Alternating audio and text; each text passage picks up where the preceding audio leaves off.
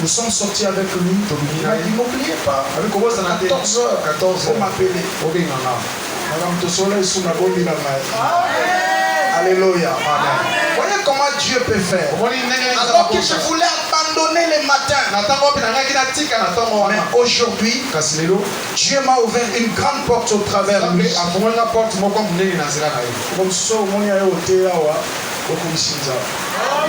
Alléluia. Non, Dieu m'a fait une grâce exceptionnelle. Je voulais tout simplement te dire la parole. C'est dans cet endroit que David a écrit le psaume 31, verset 16.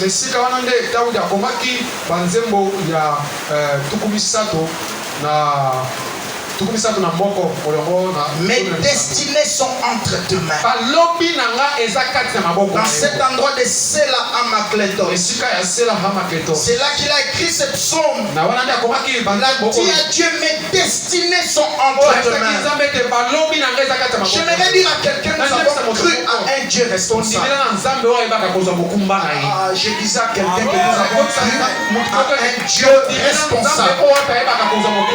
Il a dit dans Ézéchiel 34, verset 11, il dit, je prendrai moi-même soin de mon peuple comme un bon pasteur. J'aimerais dire à quelqu'un, l'heure est venue où Dieu doit prendre lui-même soin de ta vie, soin de ta santé, soin de ton ministère, soin de ton mariage. Si tu crois que la grâce de Dieu se repose sur toi, aucune situation n'a été éternelle. Sa voisin est collé kanango. Kalamingite. Okumisa nzambe. Eza na omu pepe. Ekole kanango. Alléluia. Amen. À quelqu'un qui a chanté, échange kanango. Sa voisin est changer nango. Amen. Oso vivre et changer nango. Amen. Tu as cru à un Dieu responsable. Ne l'abandonne pas, mon frère. Continue à travailler ton don. Travaille ta grâce. Amen. Dieu, c'est un Dieu des opportunités sans forme. Matin, on a préparé, ça fait 3 mois. Pasteur, mon quoi ça l'a touché. Quand j'ai prié, et Dieu a répondu à la prière. Dis à ton voisin, prière et pour la caté. Alléluia.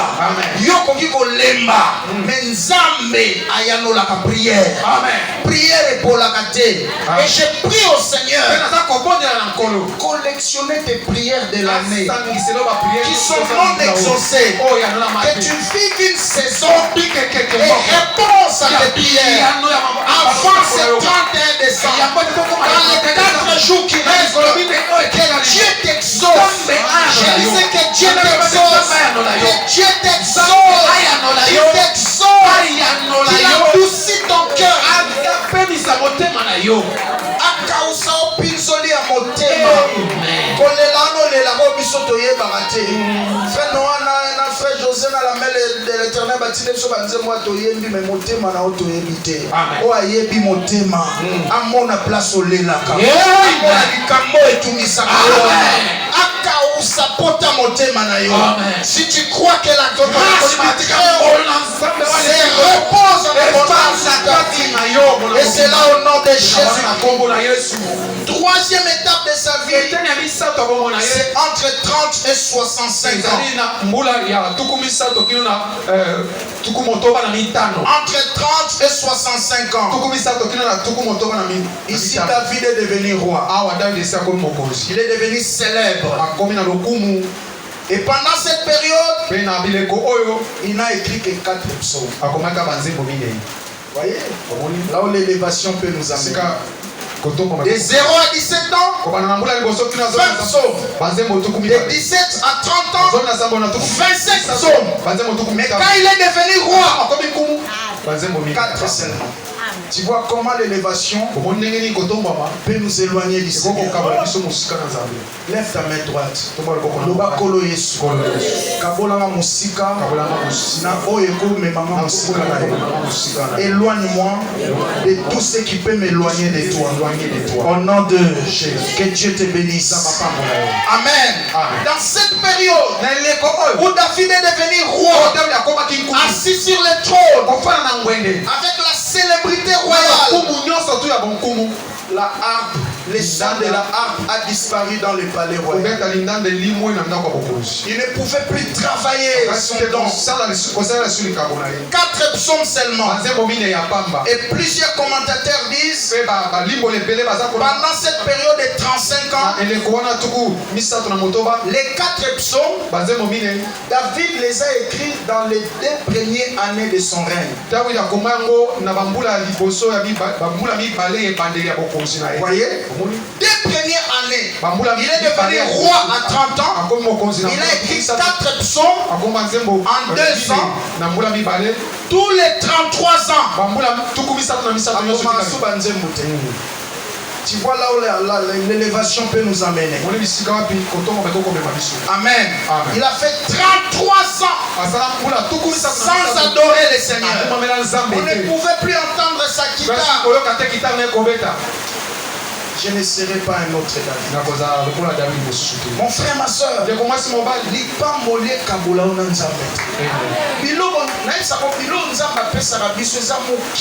par rapport à quand Dieu te donne, n'oublie pas les valeurs qui ont fait que Dieu puisse te donner cela, ce que Dieu a reçu.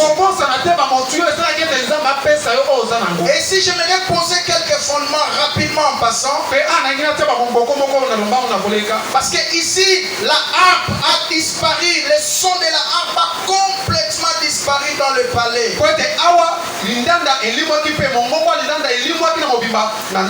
L'adoration, comme je l'ai dit dans mon introduction, c'est loin d'être un moment, mais loin d'être avec des instruments. Comme disait Papa Alain Moloto, l'adoration c'est tout un culte qu'on doit manifester. Même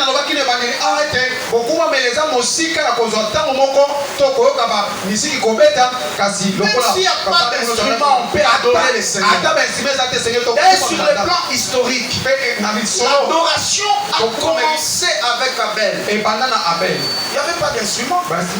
Les instruments de la musique ont été inventés par la descendance de Caïn. Amen. Par la descendance de Caïn, qui a eu des gens qui avaient l'intelligence d'inventer des choses. Ils ont inventé l'arme à feu. Ils ont inventé aussi les instruments de la musique. La descendance de Caïn. C'est pourquoi les instruments de la musique là donnent certains vertiges à ceux qui jouent avec. Inventé par la descendance de Caïn. Mais l'adoration a existé bien avant l'invention des instruments de la musique. Voilà pourquoi Jean mentionne dans Jean chapitre 4 et dit: l'heure est venue où Dieu cherche des vrais adorateurs.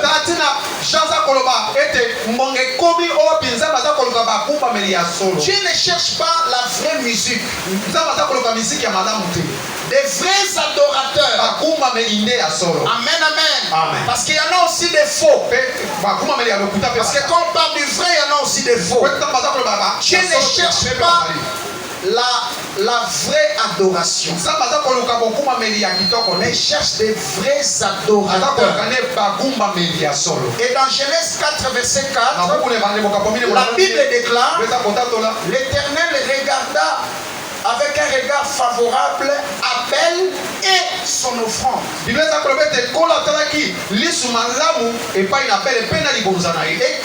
regarde d'abord la qualité de vie de l'adorateur avant d'agréer son offrande d'adoration qu'il apporte.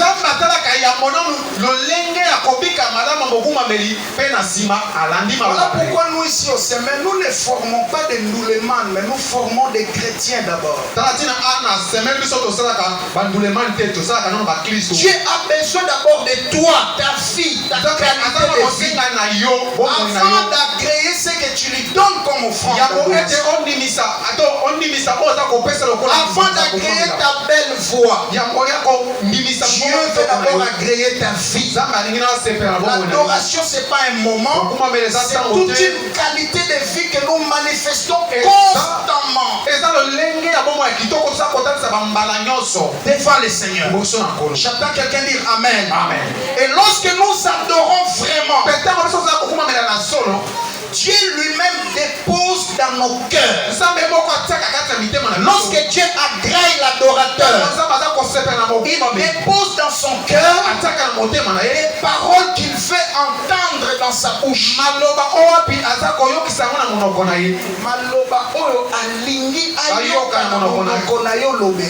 Ça, c'est la haute dimension. Lorsque ton cœur est inclus dans le cœur de Dieu, Dieu va déposer dans ton cœur des paroles qu'il veut entendre dans ta bouche. Haute dimension. Même dans le domaine de la prière. Ok? Soki motema ya moto azoko sambela ekoti na motema nzambe ko déposer na motema ya moto azo sambela maloba na ba sujet de prière o alinga yoka na monoko na ye. Amen. Mais ce moto comme na ba dimension na donner zaka. To be na moto kitakuna to sambela kuna. Devant que j'attends quelqu'un dire Amen. Amen. J'ai prié le Seigneur à Sungayo pendant que tu serais en train d'adorer comme à la dimension. Même la Bayemi, ce qui mon thème est conducteur d'adoration, conducteur de louange. Et continue à mon thème à Nzambe. Nzamba ko déposer na motema ya moyembi wana oazo conduire louange oazo lider wana maloba oya linga yoka na motema na alinga yoka na maloba na monoko na ye. Donc mona moto abandi ko bimisa ba maloba mona ye moko azo comprendre te et uti wapi. Pourquoi Nzambe nazo communiquer maloba wana na motema oyebi ke nzengo yemba makaboye ya bando bimisa ba couple mususu azo bimisa ba maloba mususu boso comprendre te auti na ngo wapi pe maloba wana so kotisa ba tuna présence. Pourquoi? Parce que Nzambe ye moko na déposer maloba wana na motema na ye po alinga yoka ngwebima na monoko na ye ayoka batu ba adorer na maloba wana. Amen. Est-ce qu'il y a une personne qui dit Amen? Amen. Nous devons atteindre cette dimension. Ça c'est très très important. Posons-nous un peu cette question avant de chuter. Est-ce que nous avons encore ces profils que Dieu a appréciés en nous? Amen. Amen. Pose un peu la question à ton voisin. Est-ce que tu as encore ces profils d'adorateurs, des chrétiens que Dieu apprécie en vous? Parce que souvent quand Dieu nous élève, comme nous voyons dans cette étape de vie de David, nous avons plus tendance à nous confier aux dons qu'aux donateurs.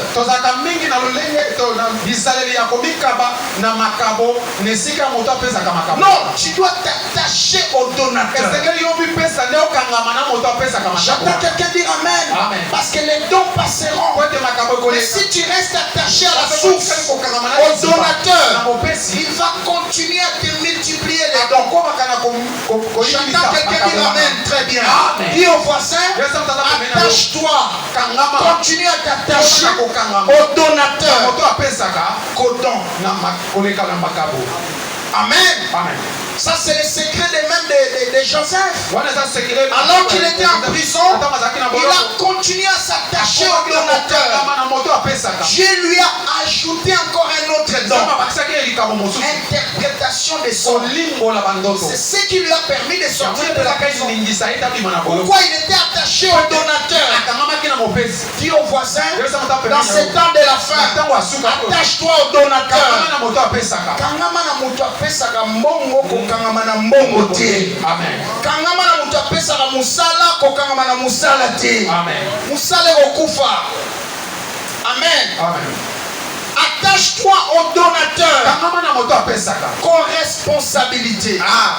C'est parmi les raisons que j'ai dit je ne serai pas un autre David. Quand il était élevé, il s'est attaché plus aux responsabilités. Car Dieu qui lui a donné ses responsabilités. Et c'était le début de sa chute. J'entends quelqu'un dire Amen. Zamba kopeso ba responsabilité c'est bien. Mais kokanga na ba responsabilité koleka nzambe te. Amen. Est-ce que tout le monde a le dit Amen très bien? Amen. Ça c'est très important. Et quatrième de son étape. Amen. Amen. Là, nous voyons la révolte d'Absalom son fils. Amen. Amen. Et cette révolte de son fils n'a duré que 4 jours. Mais pendant ces 4 jours, le vieux David va écrire 14 psaumes. Voyez? Pendant 35 ans, alors qu'il était roi, dans la célébrité, il s'est détaché du Seigneur. Il s'est confié à la royauté, car c'est lui qui lui a fait roi. Sa voisin, David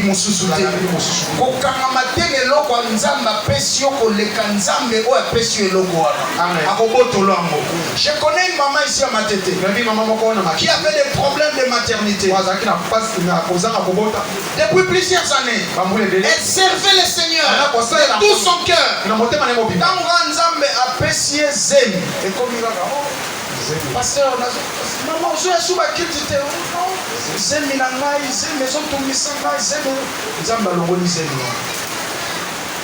Quand vous voyez ce qu'on a prié, professeur Obima non, Nzamba lobi que non, Nazari na posa na ye. Tellement raison comme il va y avoir, il y a un alomoli zen. Dis à ton voisin, Dieu peut t'arracher ce qu'il t'a donné. Si tu commences à l'oublier. J'entends quelqu'un dire Amen. Amen. Tu sais pas comment la raison, Moussala dans la don, on dirait Nzamba Sala faux du fait que c'est Moussala. La Bible dit quand Osias est devenu puissant, son cœur s'est levé pour le perdre. Amen. Amen. Et l'autre nzamba pesio kolinga yango koleka nzambe te. Amen. Est-ce que tu vois solo ba amen? Amen. Parce que so kangamina nzambe akopeso koleka owana. Pour nzamba sala biso ba bénédiction test. Apesio no ya moke atala ndenge ni lo gérer yango. C'est ça l'une des raisons pour laquelle j'ai dit je ne serai pas un autre David. David a complètement négligé tout ce que Dieu appréciait dans sa vie.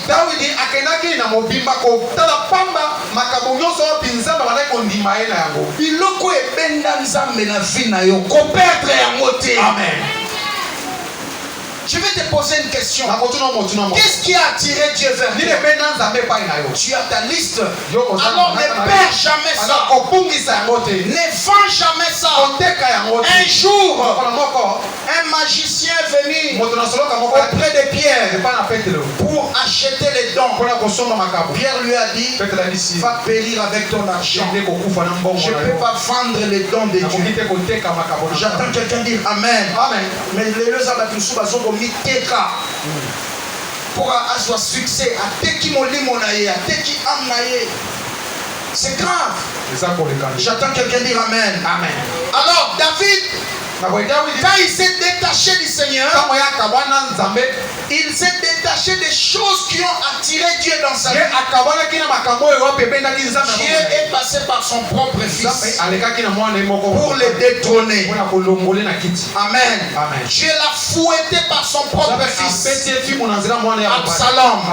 Dis à ton voisin, n'attends pas que Dieu te frappe par Absalom. Avant que ton Absalom arrive, reviens à Dieu. Et j'attends quelqu'un dire Amen très bien. Amen. Ça c'est très très important. Alors dans ces moments de révolte, David a écrit 14 psaumes en 4 jours. Et dans 35 ans, il a écrit que 4. Alléluia. C'est ça l'homme.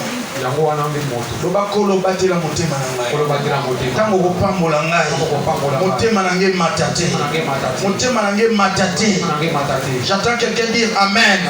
Alors je vais te donner conseil avant de chuter pour la 5e étape. Trouvons le temps pour Dieu comme autrefois avant que Dieu nous le fasse par Absalom.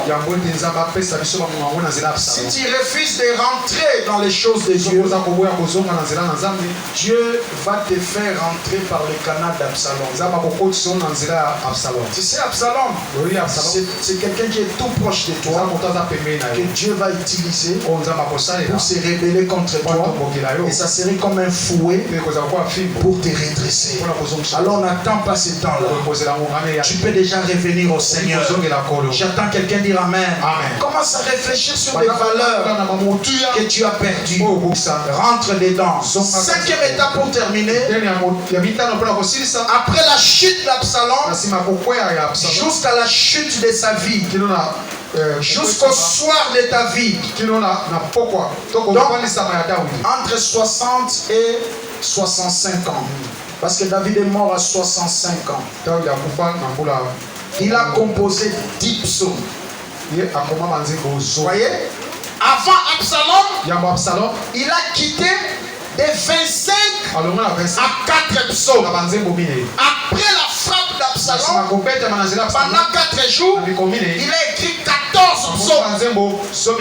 Après le redressement de Dieu par Absalom, jusqu'à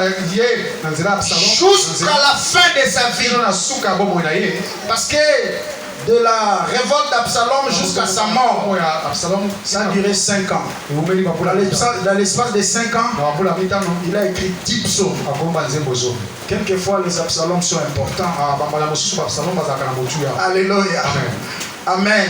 Je prie Dieu, si cela est important pour la destinée de quelqu'un ici, que Dieu te suscite un Absalom pour te redresser. Ah oui, parce que quand tu ne comprends pas, Dieu peut utiliser des Absaloms.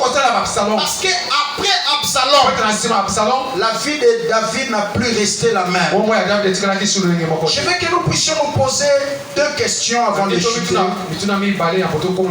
Quelle est la période de la vie de David qu'il a écrit beaucoup de psaumes? Et pourquoi? Qui a la réponse? Amen. Dans toutes ces étapes qu'on a vues, quelle est la période que David a écrit beaucoup de psaumes? Et pourquoi? C'était la première étape, la deuxième, la troisième, ou la quatrième, ou la 5e.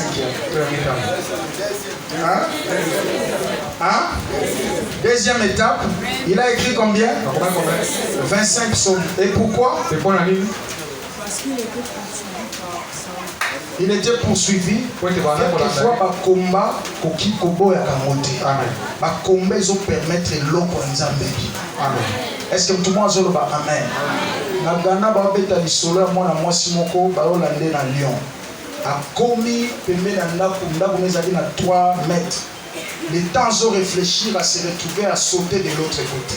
Au moins, capacité au poumoami rezali katina il fallait qu'il Lyon à l'anda. Est-ce que tout le monde a dit Amen? Ba Lyon au bazolanda yo ba ko permettre yo ko sauter ba mire mususu a vina. Amen. Qui m'a kabitumba te? Amen. Qui m'a ba seka yo te?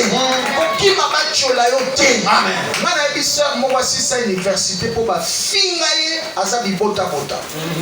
Tata mwasi na vi yo ko na bananga bibota bota yo libata. Abi ngana za libata.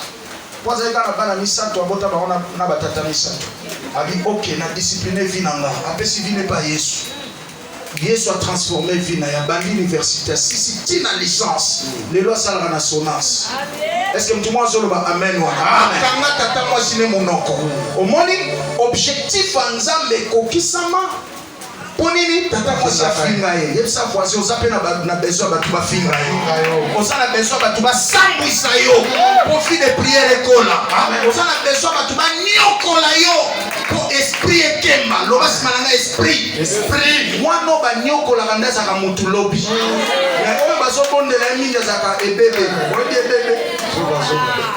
azaka moto ekomela te esprit ekemba te azaka misuma imai yebisa kwase bato bazonyokola mpe bazosunga yo bato bazofinga yo mpe bazosunga yo bato bazondima yo te bazosunga yo soki finga yo osingamaka na bato babetelako maboko okokende liboso te okosala moto malonga te. Ta destinée a besoin des opposants. Ta destinée a besoin des contradicteurs.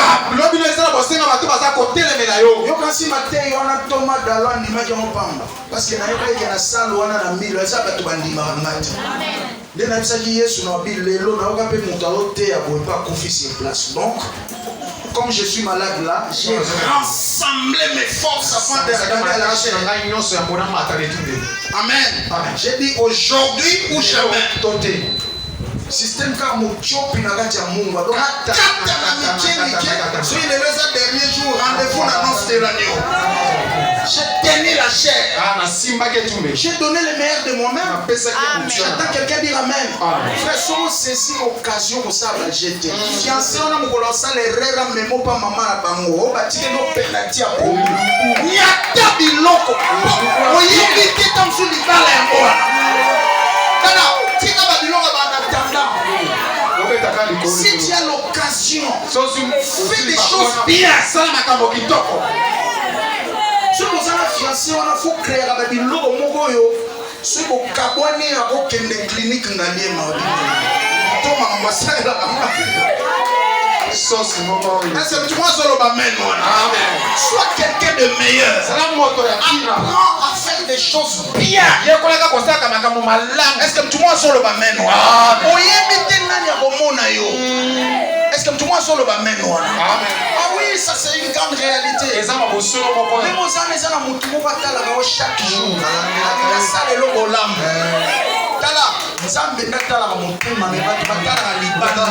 Soignez l'image na yo. Image frère. Tu vois là dans ma couleur de bébé. Ça vie se passe. Bon, si la couleur te nazoke son malade. Yete yala ta si la couleur te na lo bandeli comme image. Est-ce qu'il y a quelqu'un qui dit Amen? Alors, quelle leçon que nous tirons dans la vie de David? C'est par là que je termine. 1, 2, 3, 4. Première leçon.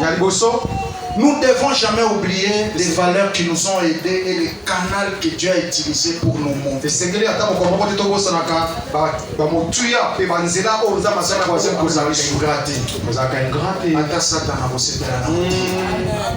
que tu m'as dit Amen?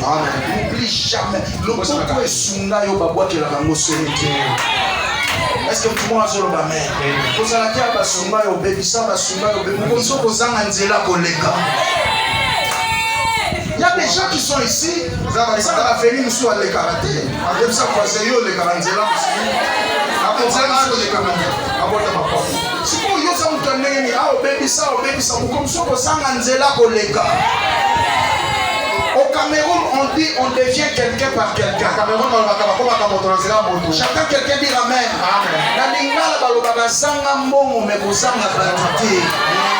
Salam alam nabatu.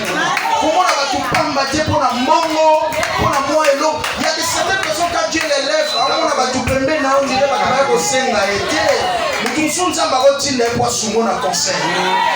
Quand Dieu t'élève, descends encore. N'oublie jamais quelqu'un qui t'a aidé.